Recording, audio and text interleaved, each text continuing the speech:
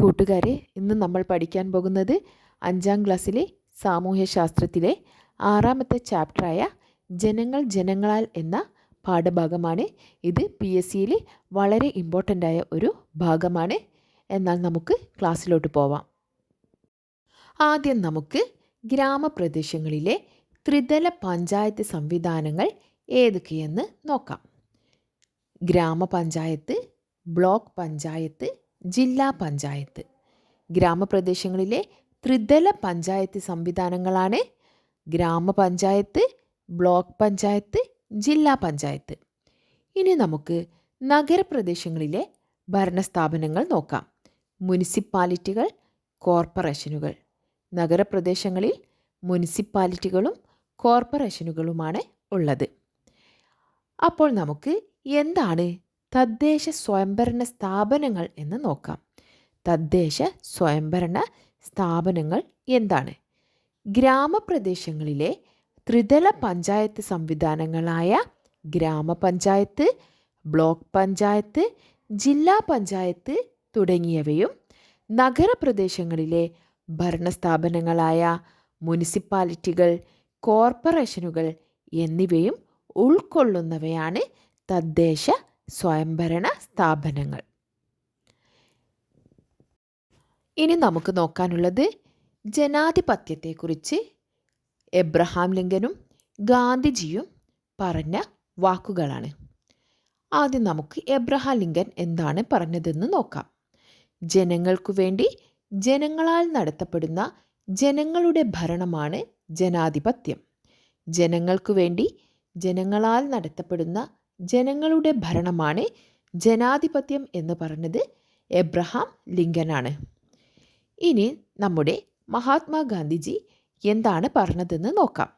ജനാധിപത്യത്തെക്കുറിച്ചുള്ള എൻ്റെ സങ്കല്പം അതിനു കീഴിൽ ഏറ്റവും ദുർബലനും ശക്തനും തുല്യമായ അവസരം ഉണ്ടായിരിക്കണം എന്നതാണ്.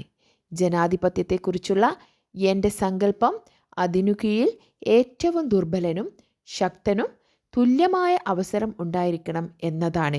ഇതാണ് ഗാന്ധിജി ജനാധിപത്യത്തെക്കുറിച്ച് പറഞ്ഞത്. തദ്ദേശ സ്വയംഭരണ സ്ഥാപനങ്ങൾ വഴി ജനങ്ങൾക്ക് ഭരണത്തിൽ നേരിട്ട് പങ്കാളിത്തം ലഭിക്കുന്നത് എവിടെ? ഗ്രാമസഭയിൽ അല്ലെങ്കിൽ വാർഡ് സഭയിൽ.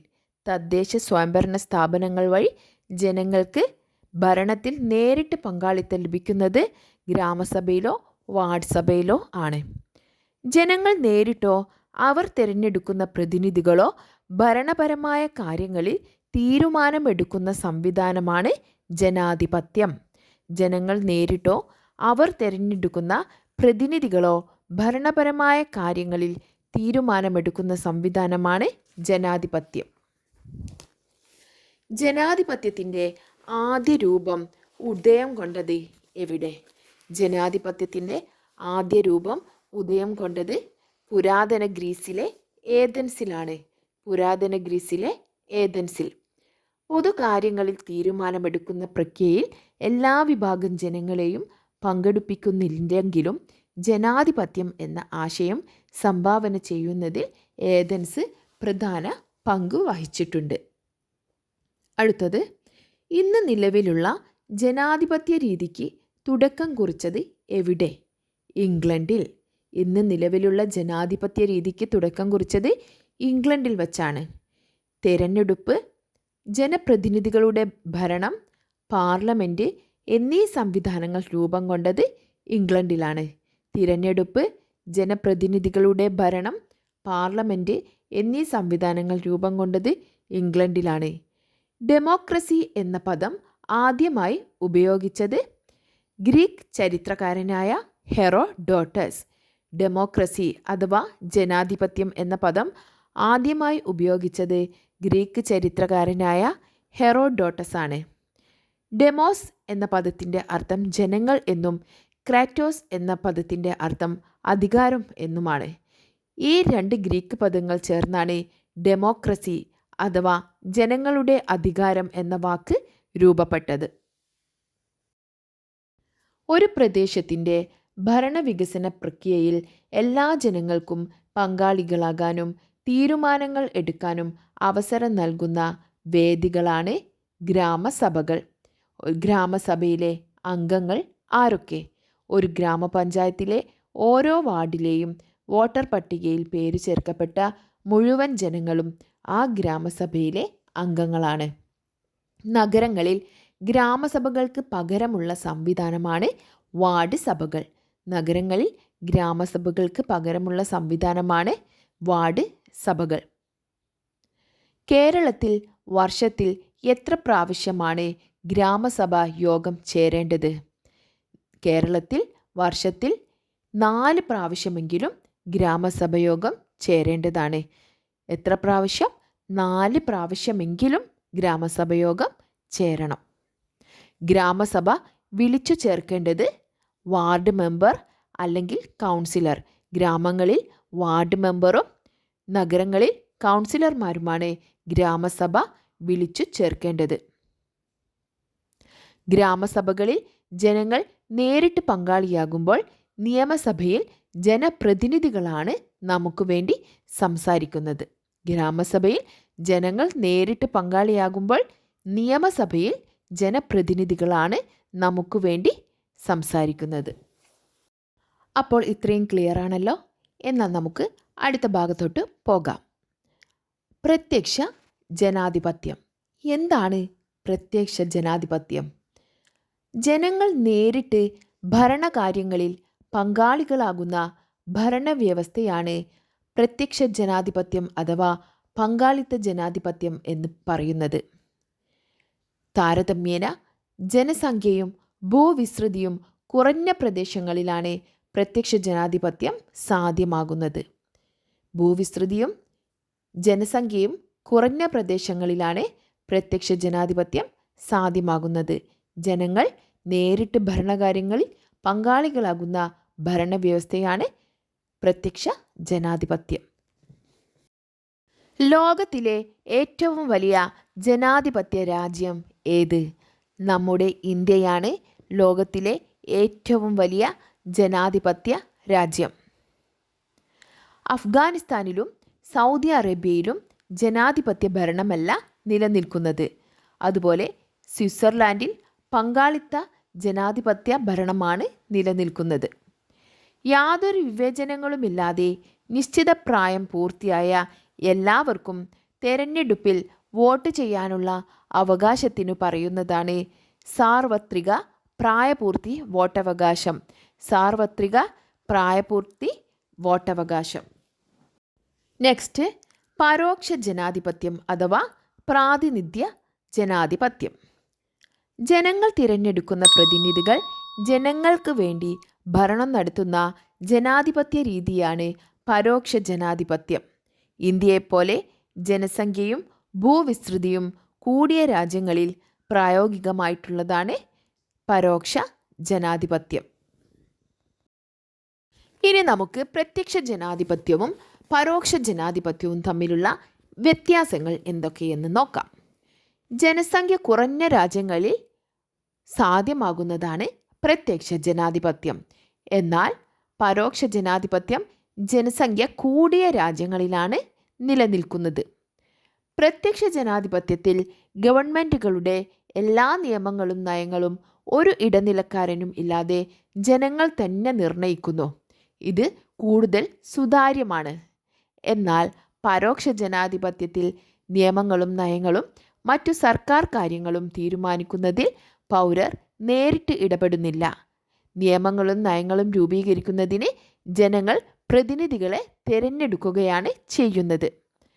പ്രത്യക്ഷ ജനാധിപത്യത്തിൽ ഭൂവിസ്തൃതി കുറഞ്ഞ രാജ്യങ്ങളിലാണ് സാധ്യമാകുന്നത്. എന്നാൽ പരോക്ഷ ജനാധിപത്യം ഭൂവിസ്തൃതി കൂടിയ രാജ്യങ്ങളിൽ പ്രായോഗികമാണ്. പ്രത്യക്ഷ ജനാധിപത്യ രാജ്യങ്ങളാണ് സ്വിറ്റ്സർലാൻഡ്, ഉറുഗ്വേ. പരോക്ഷ ജനാധിപത്യ രാജ്യങ്ങളാണ് അമേരിക്ക, ജർമ്മനി, ഇന്ത്യ എന്നിവ. ഇനി നമുക്ക് ജനാധിപത്യത്തിൻ്റെ സവിശേഷതകൾ എന്തൊക്കെയെന്ന് നോക്കാം. ജനാധിപത്യ സംവിധാനത്തിൽ ജനങ്ങൾക്കാണ് പരമമായ അധികാരം. നിയമത്തിന് മുന്നിൽ എല്ലാവർക്കും തുല്യത ഉറപ്പുവരുത്തുന്ന നിയമവാഴ്ചയാണ് ജനാധിപത്യം. സ്വതന്ത്രവും നീതിപൂർവവുമായ തിരഞ്ഞെടുപ്പ് രീതി. ജനങ്ങളെയും ഭരണകൂടത്തെയും തമ്മിൽ ബന്ധിപ്പിക്കാൻ സഹായിക്കുന്ന സ്വതന്ത്ര വാർത്താ മാധ്യമങ്ങൾ. ഗവൺമെന്റിനെ വിമർശനങ്ങളിലൂടെ മെച്ചപ്പെടുത്താൻ സഹായിക്കുന്ന പ്രതിപക്ഷം. സ്വതന്ത്രവും നിഷ്പക്ഷവുമായ നീതിന്യായ വ്യവസ്ഥ. ഇത്രയുമാണ് ജനാധിപത്യത്തിൻ്റെ സവിശേഷതകൾ. ഇത് വളരെ ഇമ്പോർട്ടൻ്റ് ആണ്. ഇതും പിന്നെ പ്രത്യക്ഷ ജനാധിപത്യവും പരോക്ഷ ജനാധിപത്യവും തമ്മിലുള്ള വ്യത്യാസമൊക്കെ PSC പരീക്ഷകളിൽ കുറെ ചോദിച്ചിട്ടുള്ള മേഖലകളാണ്. ഇന്ത്യയിൽ വോട്ടവകാശത്തിനുള്ള പ്രായം 21 വയസ്സിൽ നിന്ന് 18 വയസ്സാക്കിയത് ഏതു വർഷം? 1989. ജനാധിപത്യ സമ്പ്രദായത്തിൽ ഭരണാധികാരികളെ തിരഞ്ഞെടുക്കുന്ന പ്രക്രിയയാണ് തിരഞ്ഞെടുപ്പ്. തിരഞ്ഞെടുപ്പിൻ്റെ വിവിധ ഘട്ടങ്ങൾ ഏതൊക്കെയെന്ന് നോക്കാം. തിരഞ്ഞെടുപ്പ് ഉദ്യോഗസ്ഥരെ നിയമിക്കൽ, തിരഞ്ഞെടുപ്പ് വിജ്ഞാപനം, നാമനിർദ്ദേശ പത്രിക സമർപ്പിക്കൽ, പത്രിക സൂക്ഷ്മ പരിശോധന, നാമനിർദ്ദേശ പത്രിക പിൻവലിക്കൽ, തിരഞ്ഞെടുപ്പ് പ്രചരണം, വോട്ടെടുപ്പ്, വോട്ടെണ്ണലും ഫലപ്രഖ്യാപനവും. തിരഞ്ഞെടുപ്പിൻ്റെ ധർമ്മങ്ങൾ എന്തൊക്കെയെന്ന് നോക്കാം. ഗവൺമെൻറ്റുകൾ രൂപീകരിക്കുന്നു, എല്ലാവർക്കും പ്രാതിനിധ്യം നൽകുന്നു, ഭരണകർത്താക്കളെ വളർത്തിയെടുക്കുന്നു, ജനാധിപത്യം ശക്തിപ്പെടുത്തുന്നു, വോട്ടർമാരെ ബോധവൽക്കരിക്കുന്നു. ഇനി നമുക്ക് കേരള നിയമസഭ എന്താണെന്ന് നോക്കാം. കേരള സംസ്ഥാനത്തിൻ്റെ നിയമനിർമ്മാണ സഭയാണ് കേരള നിയമസഭ. തിരുവനന്തപുരമാണ് നിയമസഭയുടെ ആസ്ഥാനം. 1888 സ്ഥാപിച്ച തിരുവിതാംകൂർ ലെജിസ്ലേറ്റീവ് കൗൺസിലും 1904 സ്ഥാപിച്ച ശ്രീമൂലം പ്രജാസഭയും 1949 തിരുകൊച്ചി നിയമനിർമ്മാണ സഭയും കേരള നിയമസഭയുടെ വഴികാട്ടികളാണ്. കേരള നിയമസഭയുടെ ആദ്യ സമ്മേളനം ചേർന്നത് 1957 ഏപ്രിൽ 27 ഈ കാരണത്താൽ ഏപ്രിൽ 27 നമ്മൾ നിയമസഭാ ദിനമായി ആചരിക്കുന്നു. നിയമസഭാ ദിനം ഏപ്രിൽ 27. അടുത്തത് കേന്ദ്ര തെരഞ്ഞെടുപ്പ് കമ്മീഷൻ എന്താണെന്ന് നോക്കാം. രാഷ്ട്രപതി, ഉപരാഷ്ട്രപതി എന്നീ പദവികളിലേക്കും പാർലമെൻറ്റ്, സംസ്ഥാന നിയമസഭകൾ എന്നിവിടങ്ങളിലേക്കും സ്വതന്ത്രവും നീതിപൂർവവുമായ തിരഞ്ഞെടുപ്പ് നടത്തുന്നതിനുള്ള ചുമതല നിക്ഷിപ്തമായിരിക്കുന്നത് കേന്ദ്ര തെരഞ്ഞെടുപ്പ് കമ്മീഷനിലാണ്. കേന്ദ്ര തെരഞ്ഞെടുപ്പ് കമ്മീഷനിലെ അംഗങ്ങൾ 3 പേരാണ്. മുഖ്യ തെരഞ്ഞെടുപ്പ് കമ്മീഷണർ ഉൾപ്പെടെ 3 പേരാണ് കേന്ദ്ര തെരഞ്ഞെടുപ്പ് കമ്മീഷനിലെ അംഗങ്ങൾ. ഈ കമ്മീഷനിലെ അംഗങ്ങളെ നിയമിക്കുന്നത് രാഷ്ട്രപതിയാണ്. ജനാധിപത്യ സമൂഹത്തിൻ്റെ പ്രത്യേകതകൾ എന്തൊക്കെ? അഭിപ്രായങ്ങൾ തുറന്നു പറയുവാനുള്ള സാഹചര്യങ്ങൾ, ആഹാരം, വസ്ത്രം, തൊഴിൽ എന്നിവ തിരഞ്ഞെടുക്കുവാനുള്ള സ്വാതന്ത്ര്യം, തുല്യ പദവി, തുല്യ അവസരം, വിവരങ്ങൾക്കുമേലുള്ള തുല്യമായ അവകാശം. ഇവയൊക്കെയാണ് ജനാധിപത്യ സമൂഹത്തിൻ്റെ പ്രത്യേകതകൾ. ജനാധിപത്യ സംവിധാനത്തിൽ ഭരണാധികാരികളെ തിരഞ്ഞെടുക്കുന്നതും സർക്കാരുകൾ രൂപീകരിക്കുന്നതും തിരഞ്ഞെടുപ്പിലൂടെയാണ്. ജാതി, മത, ലിംഗ, പ്രാദേശിക, ഭാഷാഭേദമന്യേ എല്ലാവർക്കും പ്രാതിനിധ്യം ലഭിക്കുന്നതിന് തിരഞ്ഞെടുപ്പ് അവസരമൊരുക്കുന്നു. പുതിയ ഭരണാധികാരികളെ വളർത്തിയെടുക്കുന്നതിൽ തിരഞ്ഞെടുപ്പ് പ്രധാന പങ്ക് വഹിക്കുന്നു. പുതുതലമുറയെ രാഷ്ട്രീയ പ്രക്രിയയിൽ പങ്കാളികളാക്കുന്നതിനും അവരെ രാഷ്ട്രീയ പ്രവർത്തനത്തിലേക്ക് എത്തിക്കുന്നതിനും തിരഞ്ഞെടുപ്പുകൾ പ്രധാന പങ്ക് വഹിക്കുന്നു. ജനാധിപത്യത്തിൻ്റെ 3 ഉപാധികളിൽ പ്രധാനപ്പെട്ടതാണ് സ്വാതന്ത്ര്യവും നീതിപൂർവകവുമായ കൃത്യമായ ഇടവേളകളിലുള്ളതുമായ തിരഞ്ഞെടുപ്പുകൾ. ജനങ്ങളെ രാഷ്ട്രീയ സാമൂഹ്യവൽക്കരണത്തിലൂടെ ജനാധിപത്യ പ്രക്രിയയിൽ പങ്കാളികളാക്കുന്നത് തിരഞ്ഞെടുപ്പിലൂടെയാണ്. ഇത്രയുമാണ് 5ാം ക്ലാസ്സിലെ സാമൂഹ്യശാസ്ത്രത്തിലെ 6ാമത്തെ പാഠഭാഗമായ ജനങ്ങൾ ജനങ്ങളാൽ എന്ന പാഠഭാഗത്ത് PSCക്ക് ആവശ്യമായിട്ടുള്ള പഠിക്കാനുള്ളത്. അപ്പോൾ ഈ വീഡിയോ ഇഷ്ടപ്പെട്ടാൽ ഒരു ലൈക്ക് ചെയ്യണേ. Thanks for watching.